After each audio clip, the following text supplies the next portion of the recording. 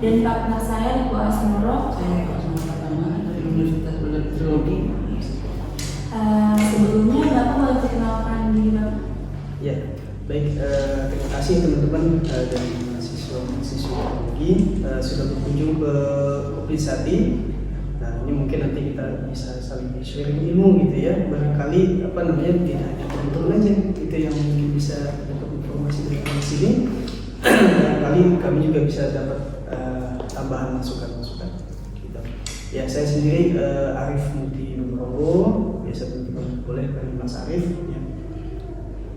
Saya di bagian SPI-nya, SPI Satuan Pengendalian Internal atau Internal Audit lah, ya, di bagian itu. Itu kurang lebih gimana? Boleh masuk ke pertanyaan pertama? Boleh. Yang pertama, kapan sih berdirinya koperasi Sahati? Koperasi berdiri, Kopi Sahati sendiri itu didirikan tahun 1987, tepatnya di tanggal 22 Agustus 1987 ya. Kurang lebih berarti usianya 37. Jadi awalnya Koperasi Sahati berdiri itu berawal dari arisan masyarakat. Jadi ada namanya arisan IKK itu Ikatan Keluarga Kerombokan. Jadi kalau teman-teman tahu Jalan Akhirnya yang di sebelah sana, ya Jalan Akhirnya itu sebelah barat di sini, ke-15 itu IKK. Madubal sini. Yang sebelah barat, sebelah timur dari Jalan Akhirnya itu IKK. Jadi dari dua arisan tersebut, arisan masyarakat tersebut berawal dari yang namanya arisan kita tahu ya, sifatnya pembahasan tentang kemasyarakatan gitu kan. Kalau ada hal-hal terkait kemudian juga kan kalau arisan itu biasanya gak jauh bahasnya adalah tentang uang. Terus kalau biasanya di arisan kalau ada yang lagi BU colek yang bisa gak jadi keluarin. Nah, jadi hal semacam itu bermula dari situ.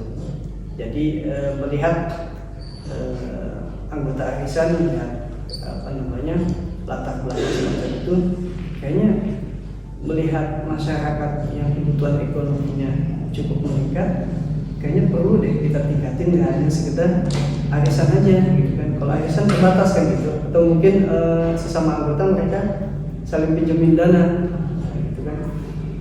Akhirnya muncul inisiatif gimana kalau kita bikin koperasi simpan. Nah dari situ gitu kan, karena ingin melihat membantu masyarakat sekitar sini terutama ya. Jadi belum ada berpikiran untuk jauh kita mesti bangun koperasi dengan skala nasional nih gitu kan, belum ada sampai kepikiran di situ. Jadi tujuan awal adalah membantu masyarakat sekitar supaya terbantu gitu kan. Itu sehingga di situ ada kurang lebih 29 orang itu yang berada di anggota arisan IKK Manunggal. Mereka sepakat membentuk koperasi simpan pinjam itu di rumah almarhum Bu Hajah Irmawati Aswin, salah satu pendiri kami yang dari 29 itu. Gitu. Jadi 29 orang tersebut yang berinisiatif membangun koperasi, nah mereka disebut sebagai pendiri koperasi 29. Nah dari situ berkembang beberapa hal tentunya, ada tahapan-tahapan di setiap tahun. Dari mulai tahun 1987 ke tahun 1990 itu awal mula perintisan Kopi Sahati, pengenalan kepada masyarakat. Kemudian juga tentu kan koperasi saat itu juga masih marak dengan isu kalau koperasi itu banyak hal-hal negatif lah gitu ya intinya, sampai saat ini juga masih ada. Nah itu yang dibangun saat awal tahun 87 tahun 1990. Masa perintisan, kemudian pengurusan badan hukum juga itu terjadi. Kemudian ke generasi dulu itu transaksi koperasi itu belum ada kantor, sehingga dari rumah-rumah yang berdiri itu aja gitu, dan mereka melakukan transaksi itu di malam hari selepas mereka bekerja kegiatan, gitu kan? Karena mereka pendiri ini pun punya aktivitas gitu kan, ada yang basic dari TNI, ada yang PNS, ada pengacara dan sebagainya pendidikan, sehingga mereka baru bisa beraktivitas, baru bisa membuka transaksi itu di malam hari. Nah sampai sekarang kita buka itu sampai malam hari. Itu artinya ada tradisi yang kita jaga dari pendiri kami, bahwasanya ciri khas Bapeda Sehat itu memang kita melayani anggota pada saat waktu anggota senggang gitu. Mungkin kalau lokasi lain pagi atau sore gitu kan, kami buka sampai malam. Mungkin singkatnya seperti itu ya, kalau misalnya panjang mungkin bisa bebas sampai. Jadi intinya sampai dengan pengurusan, kemudian ada karyawan, gitu kan, diantar manajer sampai saat ini, kemudian ada baru pembagian. Artinya proses sejarah itu adalah hal yang mesti kita ketahui, mesti kita pelajari, betul-betul kita pahami, sehingga dalam pengelolaan koperasi itu poinnya adalah kalau pendiri bilang itu jas merah. Ya, jas merah. Jangan lupakan sejarah. Gitu. Itu poin penting. Sehingga kami di sini yang ikut mengelola pun bisa merasakan gitu, bagaimana perjuangan membangun koperasi itu sungguhlah tidak mudah. Karena koperasi paling lama rata-rata berapa tahun sih gitu kan. Kami bisa sampai dengan usia di atas 30 itu luar biasa. Dan bagaimana untuk menjaga koperasi itu memiliki kesinambungan, yaitu kita mesti menjaga nilai-nilai dari pendidikan gitu. Lo masih berhubungan dengan sejarah berdirinya koperasi ini, kan mengingat koperasi ini udah berdirinya lama. Lalu apa saja bidang-bidang koperasi saat ini? Bidang-bidang koperasi saat ini? Untuk bidang koperasi sendiri, kami concern di simpan pinjam. Karena memang dari dasarnya adalah masalah uang. Masalah uang. Jadi kami fokus di simpan pinjam. Supaya kenapa? Bisa aja kita melebar ke sektor usaha, misalnya kita bikin minimarket dan sebagainya. Tapi itu kami berikan kesempatan supaya dilakukan. Kami yang menjalani, anggota yang menjalani. Nah, itu sehingga saling berhubungan. Gitu. Jadi kalau misalnya koperasi semua tidak ada andil anggota untuk bisa berkembang. Gitu. Sehingga kami sampai saat ini masih fokus di simpan pinjam buat orang, kayak misalnya kalau lagi butuh buat pendidikan atau hanya untuk khusus buat UMKM yang membangun usaha gitu. Ya. Khusus. Prinsipnya gini, koperasi saat itu simpan pinjam boleh dilakukan khusus hanya untuk anggota. Jadi kalau belum anggota belum bisa melakukan transaksi simpanan, belum bisa melakukan transaksi pinjam. Untuk ragam simpanan pinjaman kita banyak. Ya, ada yang sifatnya simpanan sukarela, ya seperti tabungan biasa gitu. Ada yang deposito seperti di bank. Nah untuk pinjaman kita macam-macam juga. Ada yang untuk usaha, ada untuk kendaraan juga ada, rumah ada, renovasi ada, macam-macam. Untuk ragam tujuan pinjaman seperti itu. Berapa sih jumlah anggota koperasi saat ini buat saat ini? Sampai per hari ini 12.000. 12.000? Ya, 61. Kita bisa cek langsung di aplikasi. Kita punya aplikasi seperti mobile banking. Nah, kami juga koperasi sudah ada namanya CU Sehati Mobile. CU Sehati Mobile. Jadi anggota bisa langsung setiap hari melihat gitu ya, informasi terupdate jumlah anggota saat ini berapa sih, jumlah total pinjaman berapa, jumlah asetnya berapa, gitu. Aset pribadi dia? Aset pribadi koperasi. Oh. Koperasi. Kalau mereka juga bisa, karena kan memang mereka masing-masing punya akun sendiri juga. Itu udah pasti. Oke. Riko ada yang mau nambahin? Ada pertanyaan, bagaimana mengelola koperasi sehingga sukses dari aspek manajemen organisasi, dan mekanisme tata kelola keuangan. Dari sisi aspek manajemen organisasi dan mekanisme tata kelola keuangan. Tentunya dibatasi aspek manajemen koperasi dengan tata kelola keuangan. Mungkin kalau cerita bagaimana supaya pengelola koperasi sukses itu untuk panjang nanti maksudnya. Namun tadi pertanyaannya karena menyinggung aspek manajemen organisasi. Manajemen itu sendiri artinya apa? Nah, ini kan jurusan manajemen ya. Nah, kita harus paham dulu satu persepsi dulu. Manajemen itu gimana? Ada bisa jawab? Supaya kita menjelaskannya satu frekuensi. Manajemen tuh kayak bisa mengatur, mengelola gitu sih Pak. Iya, manage keseluruhan dalam suatu organisasi. Oke. Mungkin teman-teman ada yang pernah ingat istilah POAK? POAK. Ada pernah dengar? Enggak sih. Enggak. Planning, controlling sama exploiting. gimana Mbak? Planning, organizing, controlling sama exploiting sama controlling. ya.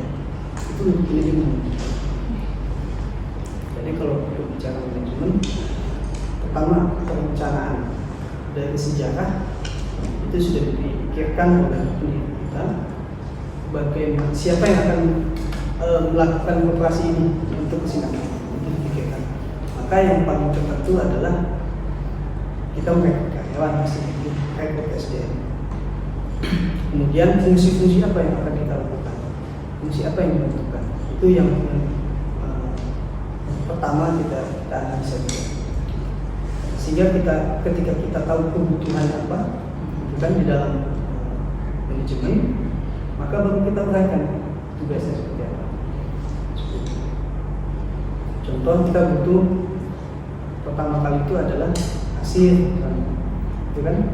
Maka kita siapkan dulu kan, kita carikan orangnya, kemudian kita carikan sesuai dengan kompetensi. Nah, yang punya pengalaman di bidang kasir atau yang mengetahui tentang kasir. Maka ketika kita sudah melakukan perencanaan, maka untuk pelaksanaannya kita mesti tahu seperti apa di lapangan. Maka itu kan dievaluasi secara terus-menerus, itu penting. Ketika seseorang memberikan tugas, gitu kan, kita ada progresnya seperti ini, kemudian dia melaksanakan, kita evaluasi, sehingga itu yang menjadi bekal kita supaya kita bisa berkesinambungan. Jangan berbicara manajemen tapi kita tidak mau terbuka terhadap sesuatu hal yang terjadi di dalam. Maka itu tidak masuk ke dalam POAK itu, gitu kan? Kalau cuma sekedar planning, rencana kita mempunyai kasir, pelaksanaannya begini sini, kemudian tidak ada pelaksanaan, tidak ada kontrol, maka tidak ada manajemen secara utuh. Maka untuk menjawab itu, supaya sukses gimana? Maka POAK itu harus dijalankan secara menyeluruh. Ada kasir, job desk-nya seperti apa, dilakukan atau enggak di lapangan, kemudian apa plus minusnya, diperbaiki. Nah, kemudian kalau ada evaluasi, dilakukan evaluasi secara bertahap sehingga hasilnya optimal, gitu. Sehingga sukses itu bisa tercapai, gitu. Ketika kita melaksanakan ilmu manajemen itu, gitu. Kalau ilmu manajemen nggak diterapkan secara utuh, maka nggak ada sukses. Tadi sama tata kelola keuangan. Ya. Awal mula koperasi itu kan memang koperasi itu punya prinsip dimulai dari pendidikan, berkembang dengan pendidikan, dikontrol dengan pendidikan. Maka sebelum kita mengelola menerjun koperasi, para pendiri ini sudah punya ilmu koperasi itu seperti apa sih, gitu kan? Jangan sekedar bikin koperasi tiba-tiba bubar. Ini kan yang jadi salah persepsi adalah karena tidak ada ilmunya, gitu kan? Nggak ada pendidikan. Nah, untuk tata kelola keuangan sendiri, para pendiri belajar di Puskopim Jakarta. Jadi sehati itu koperasinya primer. Nah, di atasnya primer ada sekunder, ada namanya Puskop di Jakarta. Itu yang memberikan pendidikan kita bagaimana tata kelola keuangan. Kemudian tipsnya tata kelola keuangan itu sendiri itu ada ilmunya sendiri tuh, gitu kan? Maka perlu kita mempelajari dasar keuangannya, satu. Kemudian mengevaluasi hasil keuangan. Nah, kalau untuk menganalisis keuangan kan kita menggunakan rasio-rasio keuangan. Setiap bulan kita rapat gabungan dengan manajemen, pengurus, pengawas, dan penasehat.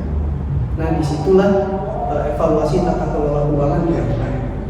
Oh, ini ada yang kurang, likuiditasnya kurang. Likuiditas artinya apa? Ada yang pernah manajemen keuangan belajar? Likuiditas itu berarti kredit yang kita kasih tidak sama dengan pemasukan yang dengan uang yang masuk di koperasi. Ada lagi? Karena berbicara tata kelola keuangan, artinya kita harus paham dasar keuangan itu seperti apa. Gitu. Ketika kita tahu dasar ilmu pengelola keuangan, kita tahu nanti cara mengelola. Di koperasi gitu, orang yang diberikan tugas tentang terkait dengan keuangan, dia harus paham tentang aturan kebijakan keuangan di koperasi. Nah, mungkin aturan koperasi yang kita pakai saat ini masih SAKT, gitu kan, standar akuntansi keuangan entitas tanpa akuntan publik itu yang kita pakai. Nah, ke depan Menteri Koperasi itu minta untuk kita berubah dua entitas baru. Nah, maka untuk bisa mengelola keuangan yang sukses, ke satu, ikuti dulu regulasinya. Karena kita bisa dikatakan sukses atau enggak, kita mengikuti regulasi. Jangan kita berkata betul menurut kita pribadi, ternyata kita melanggar regulasi yang ada. Gitu. Itu salah, tata kelola yang salah. Jadi cara mengelola keuangan maupun organisasi yang paling utama adalah teman-teman harus selalu melihat kebijakan, ya kan? Urutan kebijakan aturan itu seperti apa? Kan kalau di internal itu kan ada pola kebijakan, ada persus, ada khusus. Nah, itu turunannya dari kayak undang-undang, peraturan menteri, keputusan menteri dan sebagainya. Itu harus dilakukan itu dulu. Gitu. Kalau dari kebijakan betul, bagus, maka nanti pelaksanaannya bagus juga, gitu kan? Gitu. Perlu menjawab detail atau global aja? Global aja. Lalu masih berhubungan dengan tata kelola tadi, ada nggak sih hambatan-hambatan yang dialami COVID sehari ini? Ya, hambatan pasti ada ya. Yeah. Hambatan terkait apa nih? Kan kalau zaman sekarang kan kalau orang masih simpan pinjol kan udah ada kayak misalnya pinjol ya sekarang kalau orang mau pinjol kan lebih kayak lebih instan lah, lebih gampang gitu. Ada nggak sih hambatan koperasi ini buat lebih kayak gitu? Ya, pasti ada ya. Hambatan pengelolaan sumber daya, gitu kan? Hambatan dalam perkembangan usaha koperasi, hambatan dalam perkembangan anggota, hambatan dalam mencari anggota yang berkualitas, gitu kan? Kemudian hambatan dalam pengelolaan keuangan itu banyak. Kemudian hambatan dalam hal persaingan tadi yang karena saya tanya tadi hambatannya dalam apa supaya tidak masuk.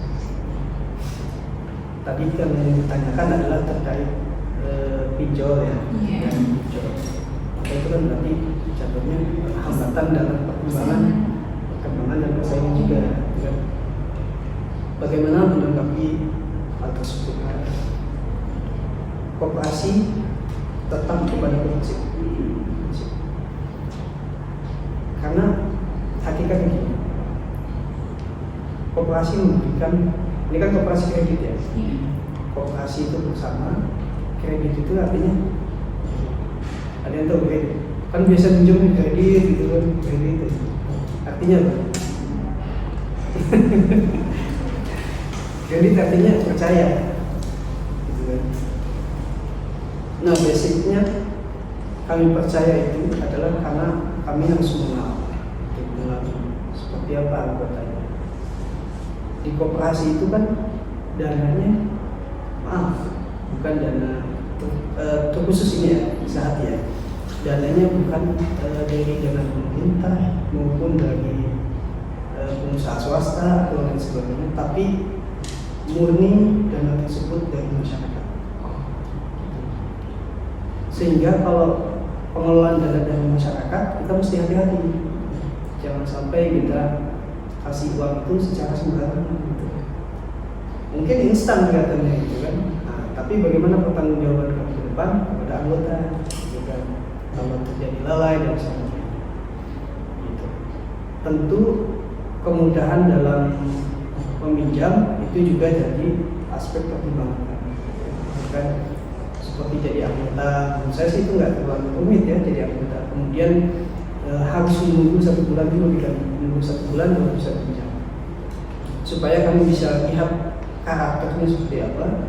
Kemudian dia kalau nabung selama 1 bulan itu dia ada aktivitasnya, sehingga kita bisa kelihatan track record keaktifan dia gitu. Karena di kami itu punya prinsip ini, anggota itu harus rajin menyimpan, rajin meminjam, tapi jangan lupa rajin mengasuh dan rajin mereferensikan. Jadi 4 R itu yang kami ajarkan kepada anak. Jadi cepat dalam hal proses peminjaman, tentu kita berikan kepada anggota fasilitas, itu kan pengajuan secara online, gitu kan, tapi secara bertahap untuk kehati-hatian kita dalam pengelolaan ini.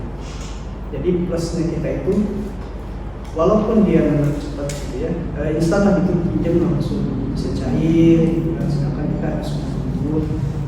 Kelebihan kita ini adalah satu, kalau mungkin di perbankan bilangnya bunga ya. Nah, kalau kami sebutnya jasa karena kita berfokus bagi hasil. Jasa di kami lebih kecil, tidak mencerat gitu. Mungkin awalnya susah, tapi sesudahnya tidak menyulitkan. Nah, kalau kita belajar dari pinjol, awalnya gampangin, sesudahnya susah selesai malah, gitu kan? Malah nggak selesai. Nah, itu yang kami khawatirkan. Kita justru sebaliknya, kita mungkin dari awal bukan mempersulit ya, tapi kami melakukan pencegahan ya. Kalau anggota tersebut bagus, dia udah pinjaman ke 1 bagus, pinjaman kedua bagus, ketiga bagus dan sebagainya, itu pasti pinjaman berikutnya bisa kita berikan dengan mudah. Gitu. Lalu menurut Bapak, apakah koperasi komunitas saat ini udah mengikuti perkembangan zaman ini sih? Ini banyak nih perkembangan zaman tuh terkait dengan apa? Misalnya tadi kan ada yang membuat aplikasi kan? Sampai sejauh ini, ya alhamdulillah Sapi sudah digitalisasi ya. Kemarin kita juga ada pemilihan pengurus pengawas. Itu mungkin kalau di koperasi lain itu masih dipilih kartus, masuk kita nggak ada. Jadi kita sudah pakai aplikasi itu. Jadi anggota dengan aplikasi CO Sapi Mobile, mereka login sudah bisa terpilih dan kan voting gitu. Jadi pada saat rapat anggota sudah langsung muncul hasilnya gitu. Dan juga dari sisi efisiensi biaya kecil, karena kita bandingin tuh dulu kita ngelakuin seperti itu, lumayan. Dan ketika kita pakai digitalisasi, biayanya lebih efisien, dia juga lebih efektif gitu. Itu salah satunya.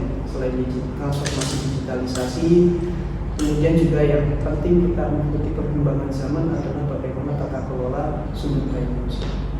Yang paling utama adalah dalam hal koperasi adalah kompetensi SDM. Karena penting koperasi itu sering diragukan masalah SDM. Benar nggak sih koperasi itu ngelolanya kayak gini? Itu kan berarti jadi sering ngomong di masyarakat menakutkan itu. Maka yang harus paling kita ikuti adalah perkembangan daripada sumber daya manusia itu. Karena siapa yang akan mengelola itu? teknologi mungkin ada, tapi kan teknologi juga diurusin oleh SDM juga, akan ada yang mengelola seperti itu yang kompeten memang, sehingga koperasi ini nggak cuma sekedar sekilas ada, kemudian berikutnya tiba-tiba udah pilot aja diubah gitu. Jadi perkembangan SDM teknologi, kemudian perkembangan teknologi juga ada, perkembangan bisnis usaha gitu kan, itu semua kita gitu. Pertanyaan terakhir Pak. Apakah dampak keberadaan COVID saat ini, dampak apa yang diberikan oleh COVID saat ini kepada masyarakat sekitar? Tentu kami COVID saat ini memberikan dampak positif, gitu kan? Keinginan dampak positif. Tapi tentu dalam hal realistis, kenyataannya dalam menjalankan koperasi itu selalu belum tentu selalu ditanggapi dengan positif oleh masyarakat.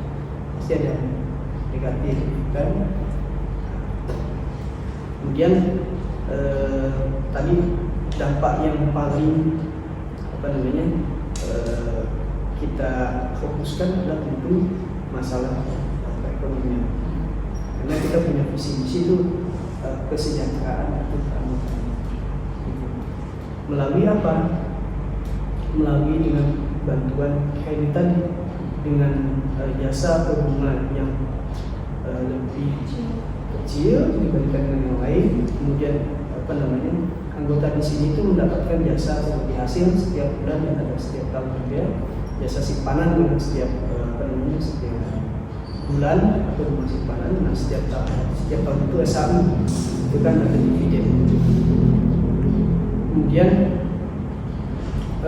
selain dampak tentang keuangan, koperasi juga punya program memberikan dampak kesadaran kepada masyarakat tentang koperasi itu kan ekonomi ke bawah, kata-kata walaupun memang di kami juga ada yang anggota yang masyarakat ekonomi menengah ke atas. Kami memberikan kesadaran terkait dengan bagaimana mereka dibantu dengan melalui pendidikan. Di kami ada pendidikan khusus untuk anggota, itu mulai dari pendidikan orientasi, pendidikan tentang pengelolaan keuangan, pendidikan tentang pelatihan usaha, gitu kan. Itu kami adakan supaya dampak koperasi itu nggak hanya sekedar masalah uang, tapi juga memberikan dampak kepada masyarakat tentang pendidikan kepada mereka, kesadaran, gitu kan. Bagaimana sih cara pengelola keuangan itu, gitu kan.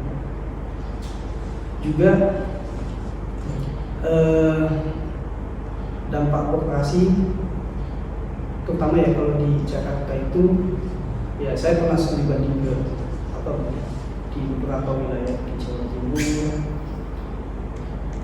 Masyarakat di Indonesia itu kan beragam, khususnya di Jakarta beragam, pola pikirnya juga beragam, di mana koperasi itu bisa menghadirkan walaupun dengan berbagai macam kategori, ya ada yang ke bawah, menengah, ada yang ke atas, memberikan dampak bahwasanya walaupun status sosial Anda itu berbeda, tapi di koperasi itu bisa bersatu. Artinya tidak ada sekat lah, gitu ya, antara perbedaan tingkat sosial. Itu yang memang kami hadirkan di anggota. Walaupun memang balik lagi pasti ada hambatan. Baik, terima kasih Mas Aris waktunya.